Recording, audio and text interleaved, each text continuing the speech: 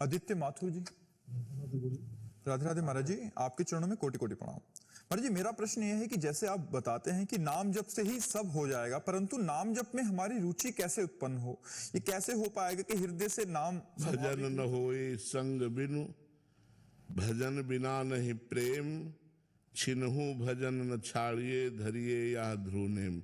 यदि भजनानंदी संत महात्माओं का संग हो, सत्संग हो, तो हमें रोज उसकी महिमा सुनने को मिले।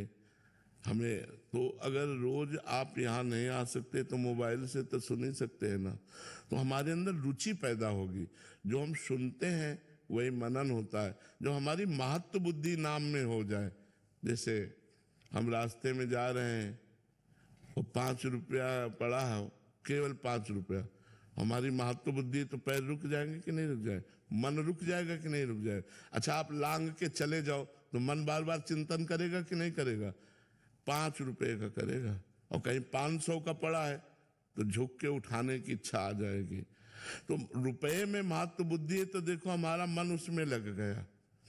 अगर हमारी मन की वृत्ति धन रूप मानकर भगवान के नाम में लग जाए कि परम धन राधा नाम आधार, भगवान के नाम के बड़ा बल कोई नहीं, भगवान के नाम से बड़ा कोई ज्ञान नहीं, भगवान के नाम से बड़ी कोई संपत्ति नहीं, भगवान के नाम से बढ़कर कोई साधना नहीं, भगवान के नाम से बढ़कर कोई पुण्य नहीं, भगवान के नाम से बढ़कर के कुछ नहीं। भगवान भी दूसरे नंबर पर है, पहले भगवान का नाम है। भगवान से बड़ा भगवान का नाम है। भगवान ने तो अवतार के समय कुछ को ही तारा, नाम ने तो करोड़ों को तारा, असंख्यों को तारा, और तारते रहेगा और तार रहा है। इसलिए हम जब सत्संग सुनते हैं और नाम की महिमा सुनते हैं तब हमारी नाम में रुचि बढ़ती है। इसीलिए प्रथम भगति संतन कर संगा, पहली भक्ति है संतों का संग करें और शास्त्रों का स्वाध्याय करें। जो नाम महिमा से भरे हुए शास्त्र हैं, श्रीमद् भागवत है, रामचरितमानस है, और नाम महिमा की छोटी छोटी पुस्तिकाएं गीता प्रेस से निकली हुई हैं, आप उनको ले लीजिए, उनको पढ़िए। तो नाम में जब हमारी महिमा वाली बुद्धि हो जाए तब हमारा नाम में रुचि बढ़ती है। अभी नाम महिमाशाली नहीं दिखाई दे रहा। जैसे हमें अच्छा भोजन मिला तो नाम छूट गया, कोई दोस्त मिला तो नाम छूट गया, कोई काम में लग गए तो नाम छूट गया, क्योंकि नाम में महत्व बुद्धि नहीं है। अगर नाम में महत्व बुद्धि हो तो दोस्त से बात करते हुए भी अंदर चलता रहेगा राधा राधा, बात भी करेंगे और बीच बीच में राधा राधा भी बोले, लगेगा कब ये बात बंद करे यार, मेरा नाम छूट रहा है। जब नाम का महत्व तब समझा जाए जब त्रिभुवन की राज्य लक्ष्मी देने पर, त्रिभुवन की, भारत के अकेले नहीं, अमेरिका के अकेले नहीं, त्रिभुवन की, ब्रह्मलोक तक का वैभव दिया जाए और कहा जाए आधे पल के लिए नाम छोड़ दो, और नाम ना छोड़े, तब समझो कि वो महाभागवत नाम के महत्व को जान गए। तो जब हम नाम की महिमा सुनते हैं तब हमारा मन उत्साहित होता है नाम जपने को। तो हम रोज सत्संग सुने।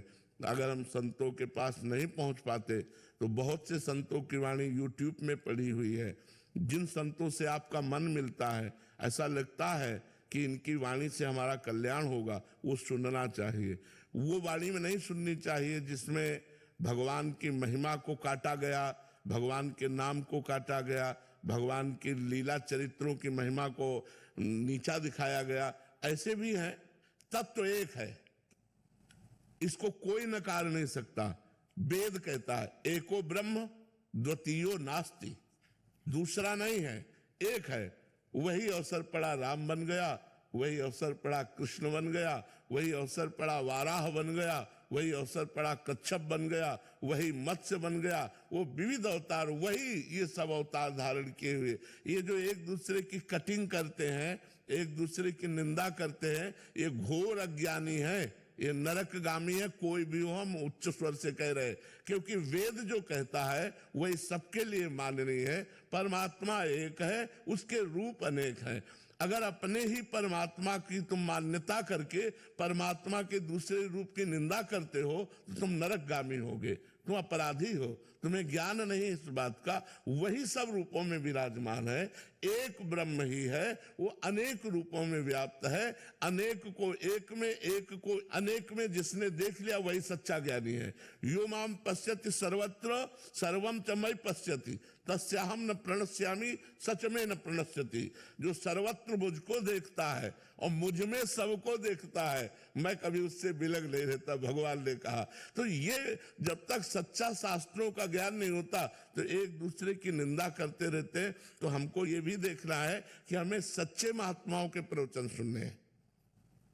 सच्चे महात्माओं का लक्षण, जिनको धन की चाह नहीं है, जिनको मान की चाह नहीं है, जिनको स्त्री का आकर्षण नहीं है, जो एकमात्र भगवान में स्थित है, उनकी वाणी सुननी चाहिए। जो धन के लिए, मान के लिए, भोगों के लिए, तो जागतिक ही है, केवल भगवान की आड़ में अपनी वासनाओं का पोषण कर रहा है। वो किसी भी वेश में हो, कोई भी हो, इससे कोई मतलब नहीं। जिसका शुद्ध भाव केवल भगवान की चर्चा करना और उसी चर्चा में आनंदित हो जाना। मम गुण गावत पुलक शरीरा गदगद कंठ नैन बह नीरा। भगवान के पावन चरित्रों का गायन करते करते रोना आ गया, कंठ भर गया, आवाज नहीं निकल रही। यही है महापुरुषों का लक्षण, यही भगवान के निज जनों का लक्षण। तो भगवान के प्यारे संतों की वाणी सुनने से भगवान के नाम में हमारी रुचि होने लगती है। और जबरदस्ती जपना चाहिए। जैसे हमें दवा दी गई तो चाहे जितनी कड़वी हो, लेकिन हम रोग निवारण के लिए खाते हैं। तो भव रोग की अचूक औषधि नाम है। जासु नाम भव भेषज हरन घोर त्रयशूल।